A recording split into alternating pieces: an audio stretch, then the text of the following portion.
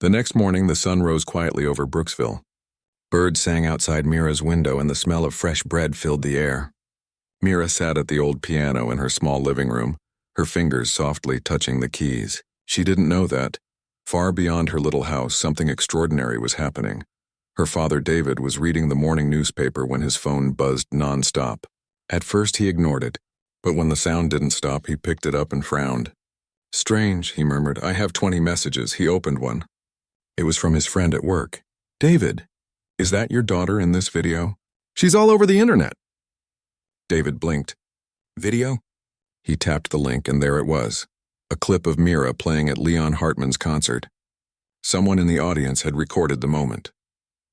The caption read, "Blind girl teaches famous pianist what real music sounds like." The video showed Mira walking to the piano, sitting quietly, then playing her heart out.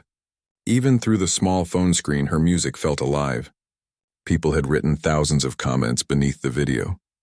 "I cried watching this. She plays with her soul. This little girl is a gift to the world." The view count kept rising. 1 million, 2 million, then 5. David dropped the phone in shock. "Anna," he shouted. "You have to see this!" Anna ran in from the kitchen, wiping her hands. "What's wrong?" David showed her the video and soon tears filled her eyes too. "That's our Mira," she whispered. "Our little girl." Mira turned toward them. "What's happening?" David hugged her tightly. "Mira, your song is everywhere. The whole world is listening to you." She laughed softly. "Really?" "Yes," Anna said, her voice trembling with pride. "People are saying your music touched their hearts." Mira smiled and said simply, "That's all I wanted." By afternoon, their small home was surrounded by cars and cameras. Reporters stood outside the gate calling Mira's name. "Is it true she played without seeing the piano? Can we get a few words from her parents? Will she be performing again?" David didn't know what to do.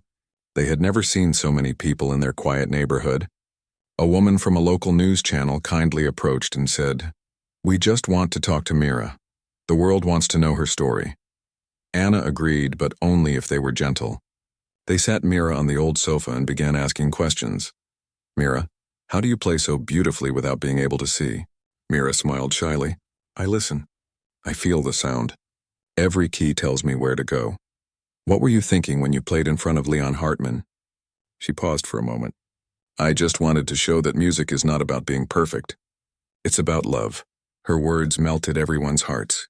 The interview went viral again, spreading across TV channels and online platforms. People from all over the world, from big cities to small villages, began to talk about her. Some called her the girl with the soulful hands. Others said, "She made the world listen again." Meanwhile, far away in a luxury apartment in New York City, Leon Hartman sat watching the same video. His face was pale. His fingers trembled slightly as the screen showed that small blind girl playing the piano. His piano. He replayed the video again and again. The sound was hauntingly beautiful. Every note carried something pure, something he couldn't describe. He had performed in the biggest halls and won countless awards, but no one had ever made him feel this way. Leon leaned back in his chair, running his hand through his hair. "How did she do it?" he whispered. "How can a child make people cry with 2 minutes of music?" For the first time in years, Leon felt small. He remembered the way she had said, "Music is not about being perfect. It's about feeling something." Her voice echoed in his mind. He sighed deeply. She was right. A few days later, Mira's life changed completely. Music schools sent letters inviting her to study for free. TV shows asked her to perform. People from other countries wrote letters saying her song helped them find hope. But Mira didn't act like a celebrity. She still woke up early, helped her mother bake, and practiced on her old piano. She didn't care about fame. She just wanted to keep playing. One afternoon, a black car stopped in front of her house. A man stepped out wearing a neat suit. He introduced himself as Mr. Roberts, Leon Hartman's manager. "Mira," he said kindly, "Mr. Hartman would like to meet you again. He wants to apologize and invite you to play at his charity concert in New York City next month." David blinked. "New York City?" "Yes," Mr. Roberts smiled. "It's a global event. Musicians from all over the world will be there." Anna looked uncertain. "That sounds too big for her. But Mira spoke softly. I want to go. David turned to her. Are you sure? She nodded. He gave me a stage once. Maybe now I can give him something too. The following weeks were filled with excitement and nerves. Mira had never traveled far before. She practiced every day, preparing a new song, one she wrote herself. She called it Light Without Eyes. The melody was soft but strong, full of hope. When she played it, her mother always cried. Finally, the big day came. Mira and her parents flew to New York. For the first time, she heard the sound of airplanes, the roar of the city, the rush of footsteps on the streets. Everything felt alive. At the grand concert hall, hundreds of people were already seated. Famous musicians tuned their instruments. The hall was full of light and sound. Leon Hartman stood backstage looking at the crowd. He had performed in that hall many times before, but tonight he felt nervous. He kept glancing at the small girl sitting quietly near the piano, her hands folded in her lap. He walked over to her slowly. Mira, he said, his voice gentle. I came to thank you. And to say I'm sorry. She tilted her head. Sorry for what? For mocking you, he admitted. That day I thought I knew everything about music. But you showed me what I had forgotten, Mira smiled. We all forget sometimes. That's why music reminds us, Leon's eyes softened. Would you like to play with me tonight? Mira hesitated. Together? Yes, he said. You play from the heart. Maybe if I follow you, I can learn how to do it too. She thought for a moment, then nodded. Okay, the concert began. The lights dimmed, and the audience waited quietly.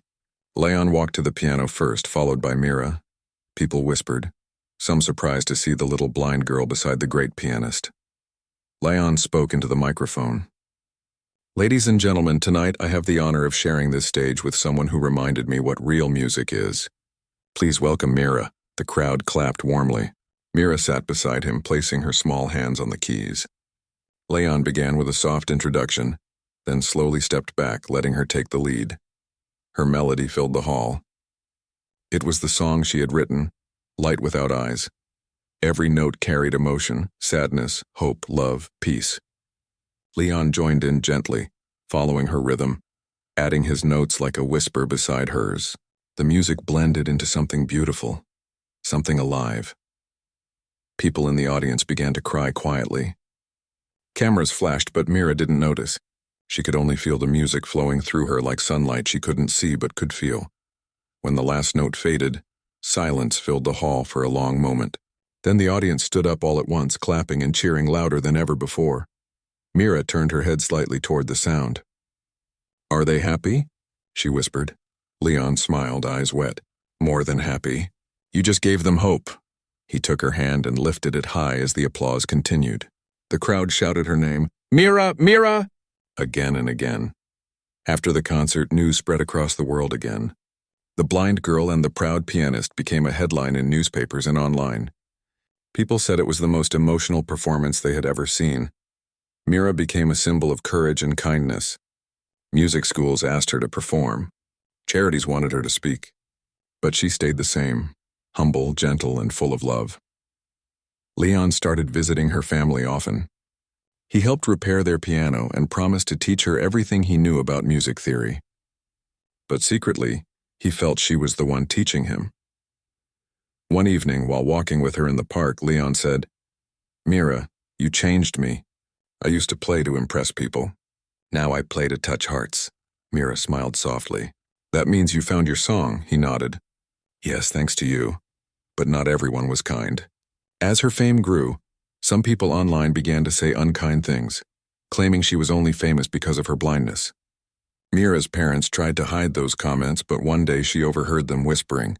Instead of being sad, she said calmly, It's okay. They don't understand yet. Maybe one day they will. Then she sat down at her piano and began to play a new tune, one that sounded like rain and sunlight mixed together. David listened and whispered to Anna, That's our daughter. The world can say what it wants. She'll keep shining. That night, Mira looked out the window, listening to the soft city sounds and the cars, the distant laughter, the heartbeat of a place full of dreams. She couldn't see the stars, but she felt them, and somewhere deep in her heart she knew her journey had just begun. The months after Mira's concert in New York changed everything. She was no longer just a girl from Brooksville. She had become a worldwide name, the blind pianist who made people cry with her music. Magazines printed her face on their covers. News reporters spoke about her every week. People sent letters and gifts from every corner of the world. Some called her the girl who brought heart back to music. But for Mira, fame felt like something she didn't understand. She still woke up early and helped her mother bake bread. She still practiced on her old piano every morning. She didn't care about interviews or bright lights, she just wanted to play. However, the world now wanted more from her. One morning, her father walked in holding a stack of letters and said, "Mira, these are from people inviting you to perform. London, Paris, Tokyo, Dubai." Mira turned toward the sound of his voice. "That's a lot of places, Papa." David smiled proudly but worried inside. "Yes, it is. They all want to hear you play," her mother added softly. "But we can't say yes to everything. You're still so young," Mira nodded. "I just want to play when I feel ready." David agreed, but the phone kept ringing every day. Big companies wanted her for shows. Schools wanted her for events. Everyone wanted something from her. And slowly, the peaceful world Mira once knew began to fade. Leon Hartman, the famous pianist who once mocked her, had now become her mentor and friend. He often visited her, helping her learn new techniques and travel for performances. "Mira," he said one afternoon as they practiced, "you have a gift the world needs, but you must also protect it." She tilted her head. "Protect it?" "Yes," he replied. "When people love you, they will also expect you to be perfect every time." That can be heavy, Mira thought for a while. But music isn't about being perfect. Leon smiled sadly. Exactly. But the world forgets that. Her next big concert was scheduled in London, at the Royal Music Hall.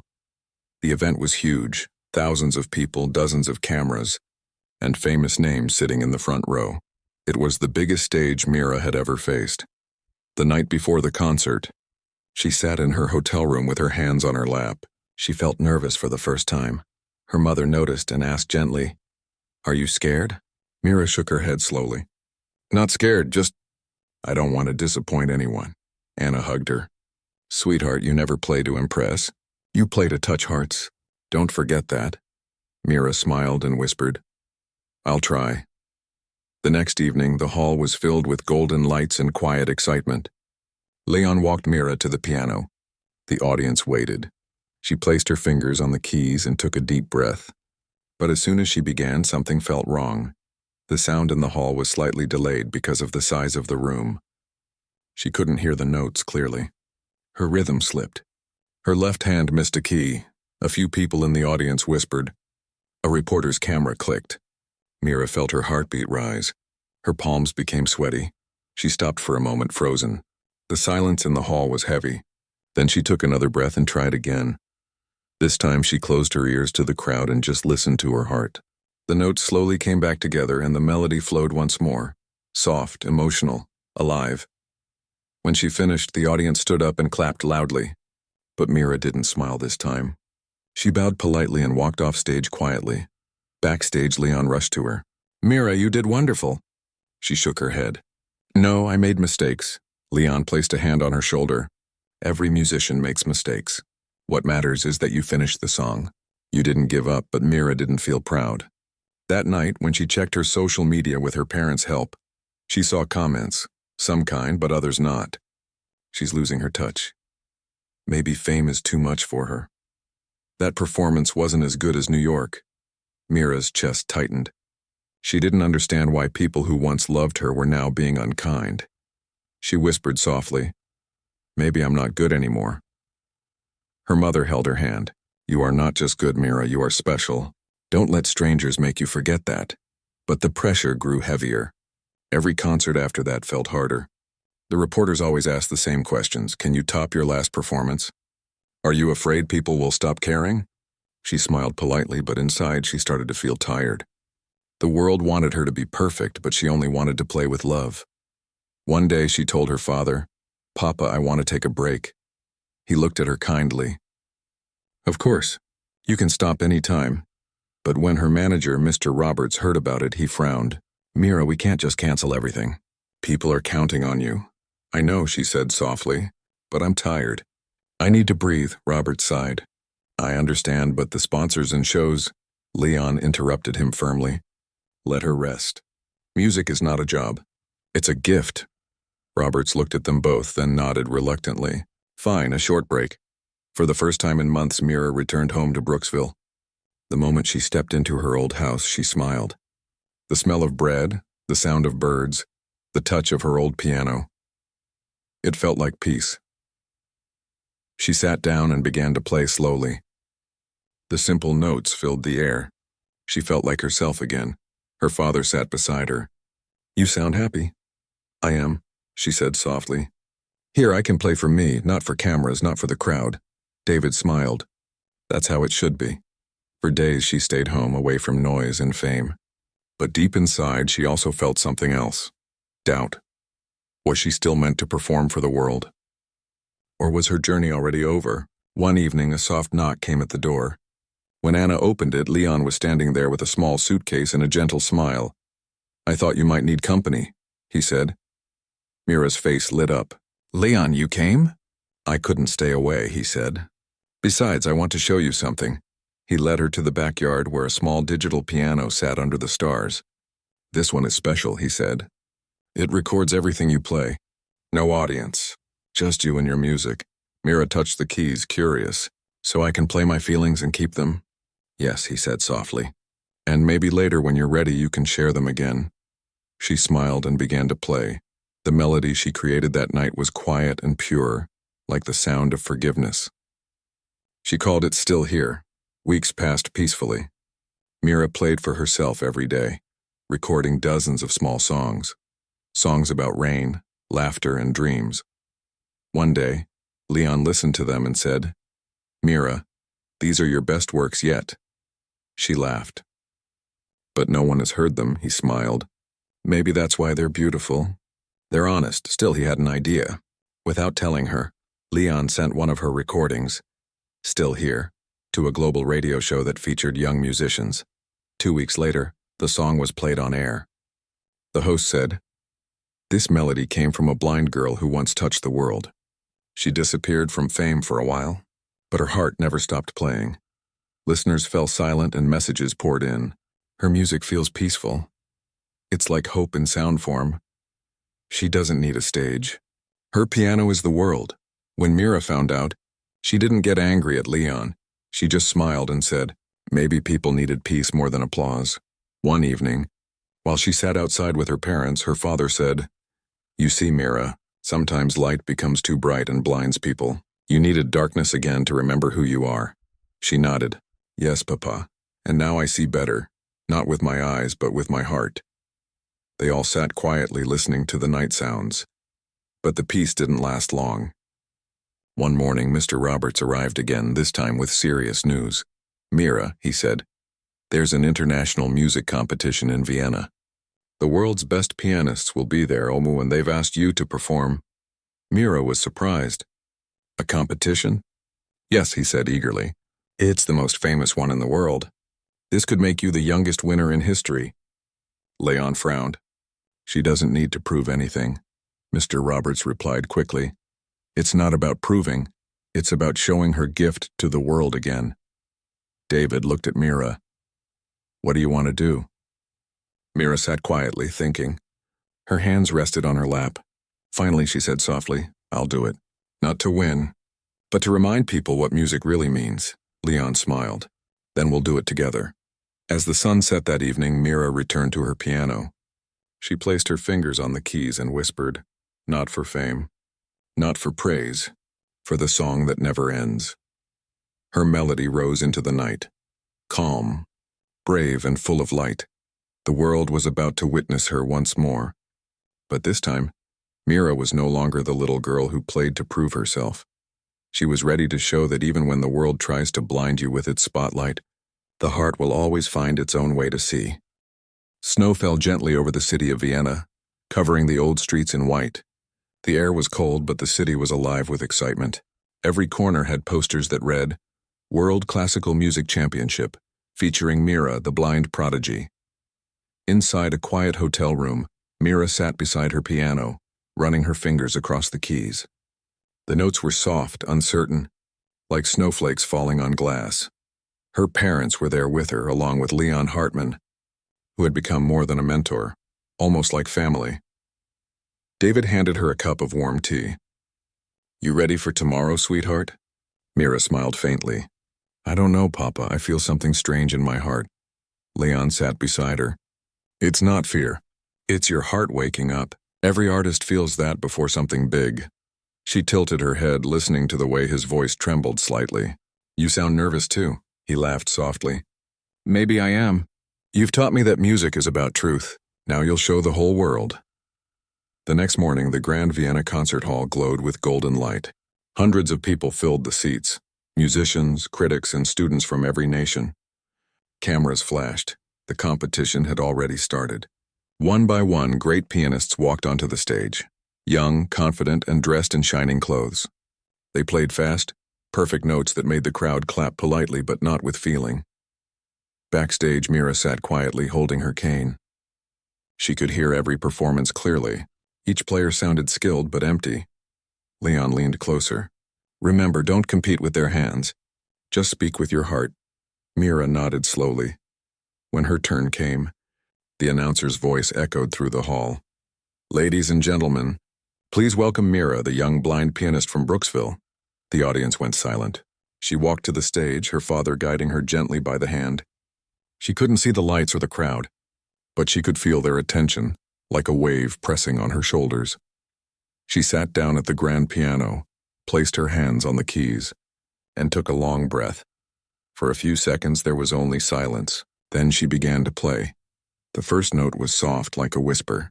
Then came another, warmer and fuller. Slowly the melody grew. Gentle, calm, yet powerful. It wasn't a famous piece.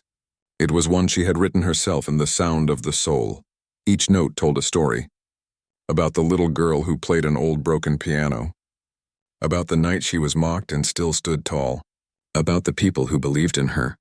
About seeing light without eyes. Her music flowed like water, smooth and deep. Some people in the audience closed their eyes and felt tears. Even the judges leaned forward, forgetting to write. Leon stood backstage watching her play, his heart full. "She's doing it," he whispered.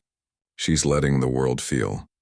When Mira reached the final note, she held it for a heartbeat, then lifted her hands gently. Silence filled the hall. Then a thunderous applause. People stood up, clapping and cheering. Some shouted her name, others simply cried. Mira turned her head slightly. "Are they happy?" she asked softly. Leon walked onto the stage, smiling through tears. "Mira, they're more than happy. You've touched their souls." After her performance, everyone wanted to meet her. Judges, musicians, and reporters surrounded her. But Mira stayed calm and humble, thanking each person kindly. One of the judges, an elderly woman named Professor Lentz, said, "Child, I have heard thousands of pianists in my life, but you reminded me why I love music." Mira smiled. "Thank you, ma'am. I just played what I felt." Professor Lentz nodded. "And that's what the world needs most." Later that night, the results were announced. Mira sat quietly in the audience, holding her father's hand. She didn't care about trophies. She only cared that her music reached hearts. The announcer read the names of the top performers. Then came the final moment. And the winner of the World Classical Music Championship is Mira from Brooksville. The hall erupted in cheers. People stood up again, clapping and shouting her name. Leon hugged her tightly, whispering, "You did it, Mira. You did it." Tears rolled down Anna's cheeks as David held her hand. "That's our daughter," he said proudly. "She made the world listen." After the ceremony, Mira was invited to a special dinner for all the musicians. She met performers from many countries. Some congratulated her warmly, but others stayed silent. One of them, a young man named Rico, walked up to her and said quietly, "You didn't deserve that win." Leon frowned. "That's enough," but Mira just smiled gently. "It's okay," Rico continued, his tone jealous. "People only feel sorry for you because you're blind. That's why they cheer." For a moment, everyone around went silent. Then Mira said softly, "If they only felt sorry, they would clap once. But they keep listening. That means they hear my heart, not my eyes." Rico froze. His face softened. "Maybe you're right." He turned away quietly, ashamed. Leon looked at her with admiration. You answer with kindness even when others give you bitterness. Mira said, music taught me that sound carries emotion. I don't want to make more noise, I want to make peace. The next day, the newspapers were full of her story again. Blind girl wins world championship with heartfelt performance. Mira's music brings Vienna to tears. Leon Hartman's student redefines perfection. But while the world celebrated, Mira remained humble. She asked her parents, "Can we go home now? I miss the smell of bread and the sound of birds." They laughed and agreed. Before they left, Leon handed her a small box. Inside was a golden pendant shaped like a piano key. He said, "This is for you, Mira. Whenever you doubt yourself, hold it and remember, the key to real music is in your heart." She smiled, touching it gently. "Thank you, Leon, for everything." When they returned to Brooksville, the entire town gathered to welcome them. Children held flowers and neighbors cheered as the car stopped in front of their home. David opened the door for Mira. "We're home, sweetheart," she smiled. "It feels warm here." The old piano still stood in the corner, dusty but strong. Mira walked to it and ran her fingers across the keys. "Hello again," she whispered. Then she played a soft tune, something new, something peaceful. The melody drifted out the window and across the quiet street just like old times. But fame followed her even in her small town. Every day letters kept arriving. People wanted her to record an album, go on tours, even act in a movie about her life. Mira listened politely to all offers, but she always said the same thing: "I'll do what feels right for my heart." One evening, Leon visited again. "You could be the youngest to ever perform at the Royal Symphony Tour," he said. "It's a dream opportunity." Mira smiled. "Is it your dream or mine?" Leon paused. "Maybe both." She shook her head gently. "Then I'll wait. My music is not ready for that stage yet." He sighed but respected her decision. "You always know what's right," she said softly. "The heart doesn't lie, Leon. It just speaks quietly." One quiet morning, Mira went for a walk near the lake with her father. The air was cool and the wind touched the water gently. David said, "Do you ever wish you could see all this, Mira?" She thought for a moment and smiled. "No, Papa, I already do when through sound. The water sings, the wind hums, the birds whisper. That's how I see the world." He looked at her proudly. "You're truly special," she laughed lightly. "No, I'm just a girl who listens." That evening, Mira received a letter from Professor Lenz, the judge from Vienna. The letter said, "Dear Mira, your music has reminded many of us that art is not about victory but about truth. I would like to offer you a chance to study in our academy, to teach others what you know. Your lessons will not be from books but from your soul." Mira held the letter and smiled. "Papa, they want me to teach?" David nodded proudly. "Yes, and you'd be amazing at it." Mira thought for a while. Maybe it's time to help others find their own sound. A few weeks later, she began teaching small music classes at a nearby community center. Children came from all around to learn from her. She taught them how to listen, not just how to play. "Close your eyes," she would say. "Now tell me, what do you feel when you touch the keys?" Some said happiness, others said peace. And every time they played, Mira smiled. Leon visited one day and watched her class quietly. "You were born to teach," he said afterward. Mira replied softly. "Music gave me a voice. Now I want to help others find theirs." As months passed, Mira's name remained bright, but her heart stayed humble. She no longer chased fame or applause. She had already won something greater: the love of people, the respect of artists, and peace within herself. Yet deep inside, she knew her journey wasn't finished. A small part of her still dreamed of one last performance, something beyond trophies and titles. She didn't know when or where it would happen, but she felt it, a final song waiting to be born, a song that would not only touch hearts, but heal them. Months passed since Mira's victory in Vienna. The world still remembered her performance, the blind girl who made an entire hall cry with her music. But for Mira, life had returned to its simple rhythm. Every morning, she walked to the community center, holding her white cane and smiling at every voice she recognized. Children waited eagerly for her lessons. They loved her not because she was famous, but because she made them feel special. She didn't talk much about trophies or fame. She talked about heartbeats, raindrops, and silence, and how each could be music if one listened closely enough. "Music isn't just sound," she told her students one day. It's everything that moves your heart. You can find it in laughter, in tears, even in the wind. The children listened carefully. They didn't just learn to play. They learned to feel. One evening, Leon visited the center. His hair was a little grayer now, but his smile was the same. He sat quietly at the back while Mira taught. After class, she turned toward his voice. "You came without telling me," he chuckled. "I wanted to see the famous teacher in action." She smiled.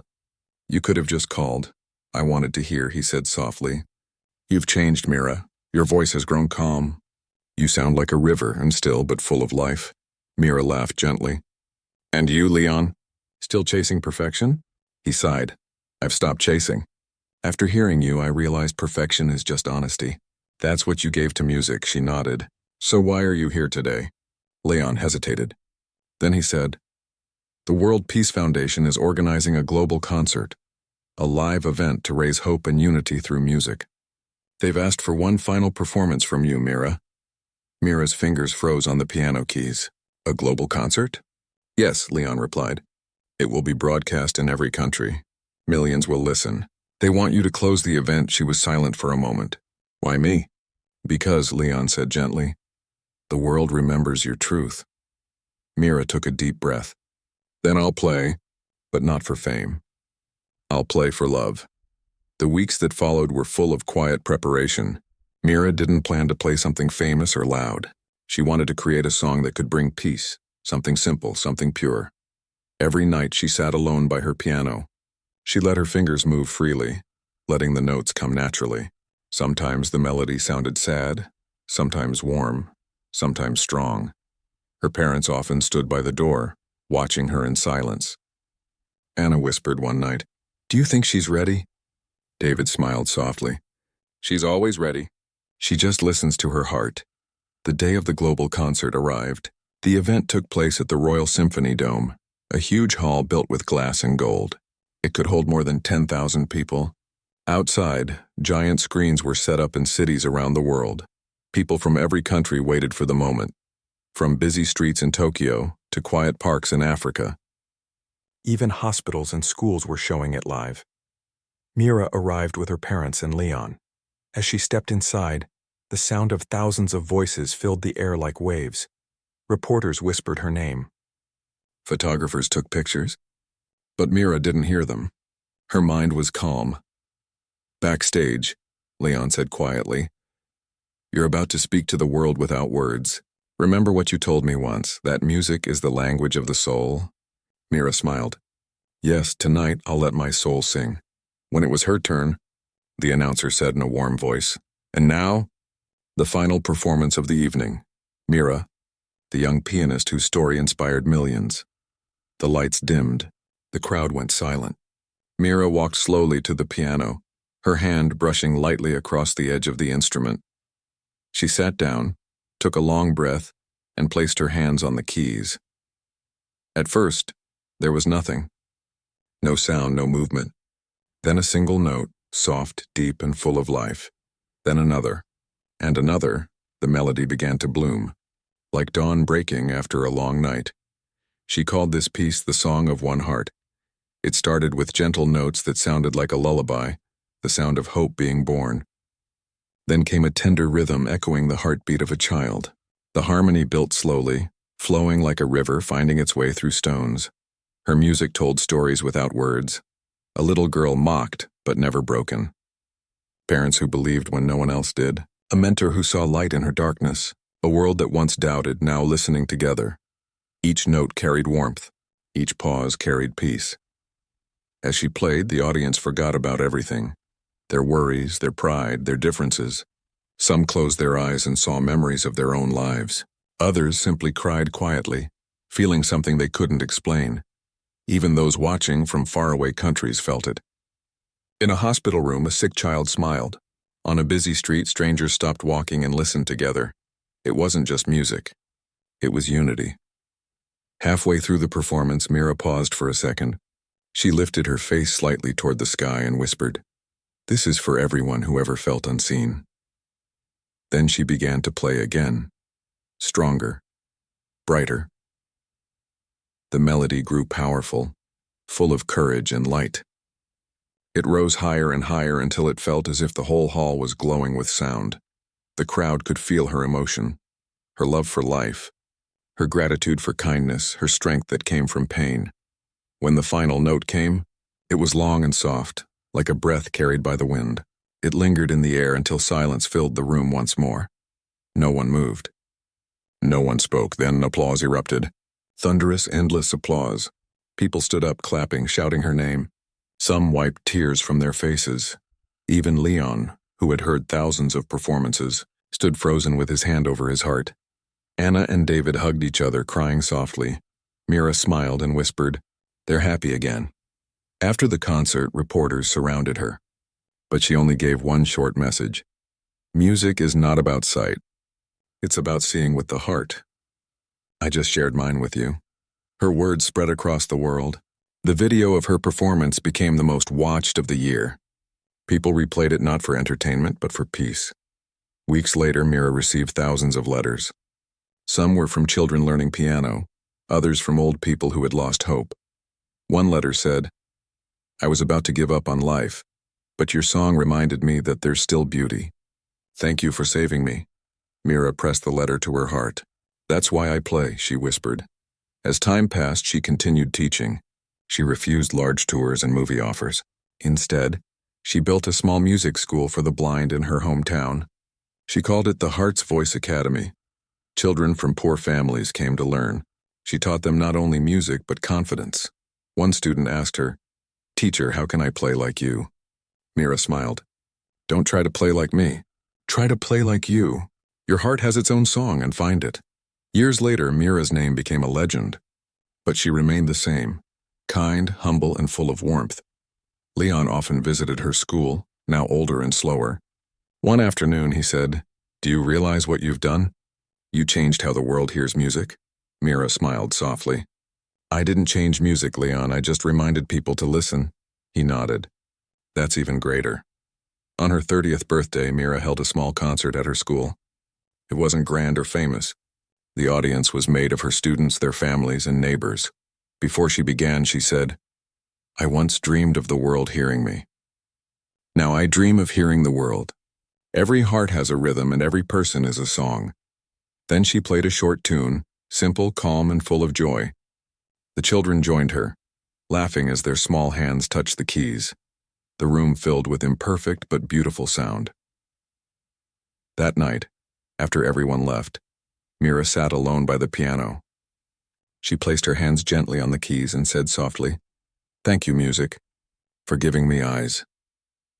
Then she played one last melody, quiet as a whisper, bright as the stars.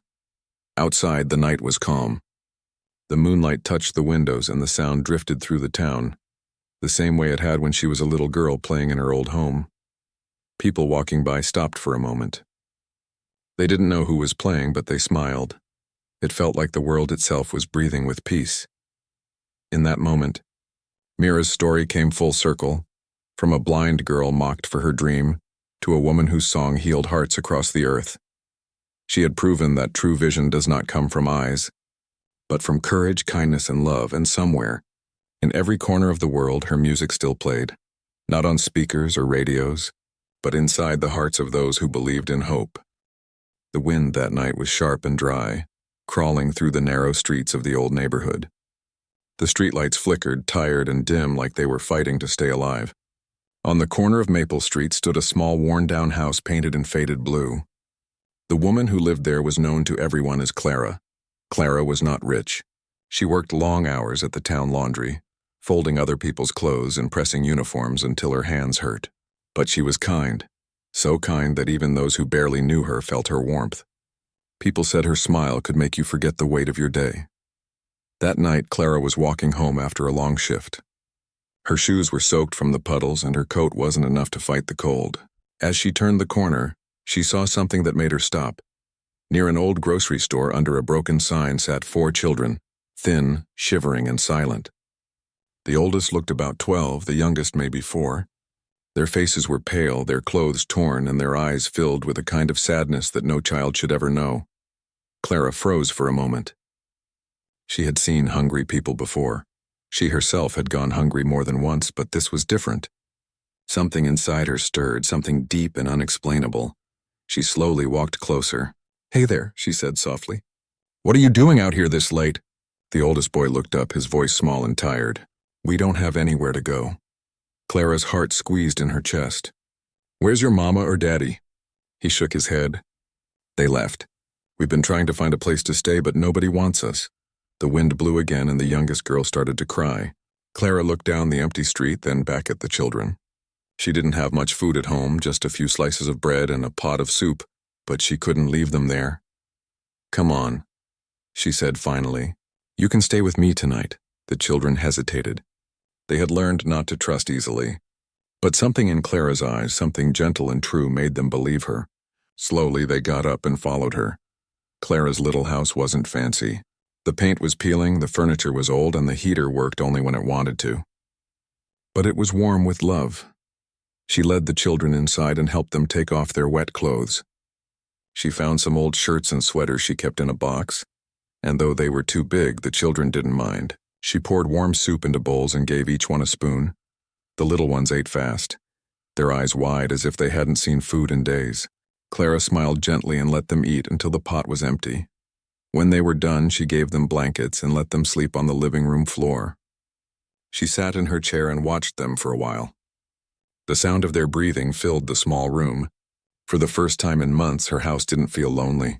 She whispered to herself, "God, I don't know what I'm getting into, but please help me take care of them." The next morning, the children woke up to the smell of pancakes. Clara had found a little flour and made what she could. "Good morning," she said with a smile. "Did you all sleep well?" The youngest girl, her voice barely a whisper, said, "Yes, ma'am." "Thank you," Clara laughed softly. "You don't need to call me ma'am. My name's Clara." The boy, who had spoken the night before, introduced himself. "I'm Marcus," he said. "This is my brother Tom and my sisters Lily and June." "Nice to meet you," Clara said. "Well, Marcus, looks like you're the big man here. You'll help me keep the others in line, all right?" For the first time, Marcus smiled. A small, shy smile, but real. Over the next few days, Clara tried to find out what had happened to them. Their parents had fallen on hard times, she learned. The father lost his job and the mother had left. The children were left to wander from shelter to shelter, but no one could keep them together. Clara called a few people she knew, church friends, a local charity, but help came slow. The system was crowded and people were quick to turn away when things got complicated, so Clara made a decision. She said to herself, "If no one else wants them, then I'll take care of them myself." And that's what she did. At first, life wasn't easy. Clara worked longer hours to buy food and clothes. Sometimes she skipped meals so the children could have more. She taught them how to clean, cook, and take care of each other. The house, once quiet, was now filled with laughter and small fights over who got the last piece of cornbread. Neighbors started to notice. Some admired her kindness while others whispered behind her back. "Why is she taking in those kids?" they said. "She can barely feed herself." Clara didn't listen. She only cared that those 4 children had a place to call home. At night, when the kids were asleep, she would sit by the window with her Bible and whisper, "Thank you, Lord, for another day." Years passed. The children grew, learned, and changed.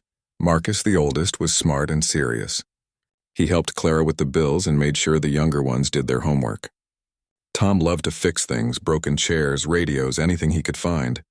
Lily was gentle, always humming little songs while she helped in the kitchen. And June, the youngest, was full of energy, always asking questions and dreaming big. They weren't rich, but they had something many families didn't, love and gratitude. But life, as Clara knew, has a way of testing even the kindest hearts. One winter morning, when the kids were all in school, 2 police cars pulled up outside Clara's house. She opened the door, confused. "Can I help you, officers?" One of them looked serious. "Ma'am, are you Clara James?" "Yes, I am." "Ma'am, we need to ask you some questions about a case from 20 years ago." Clara frowned. "I don't understand." Within an hour, she was sitting in a police station surrounded by files and photographs she didn't recognize. The officers told her she was being accused of something terrible, something she didn't do. She kept saying, "I'm innocent." "You've got the wrong person." But sometimes the world doesn't listen to good people. The children came home to find Clara gone. A neighbor told them what had happened and their hearts broke. Marcus, now 17, tried to understand, but everything was confusing and unfair. Days turned into weeks, and the woman who had saved them was now behind cold gray walls. In the courtroom, Clara sat quietly, her hands trembling. She didn't have money for a good lawyer, and the evidence was twisted against her. The judge spoke words that felt unreal. Life sentence. As she was led away, she looked at the children sitting in the back of the room. Tears filled her eyes, but she tried to smile. "Take care of each other," she whispered. That was the last thing they heard her say. Years passed again. The children grew into adults carrying her love inside them. Each one remembered the warmth of her kitchen, her laughter, her kindness. They knew she was innocent.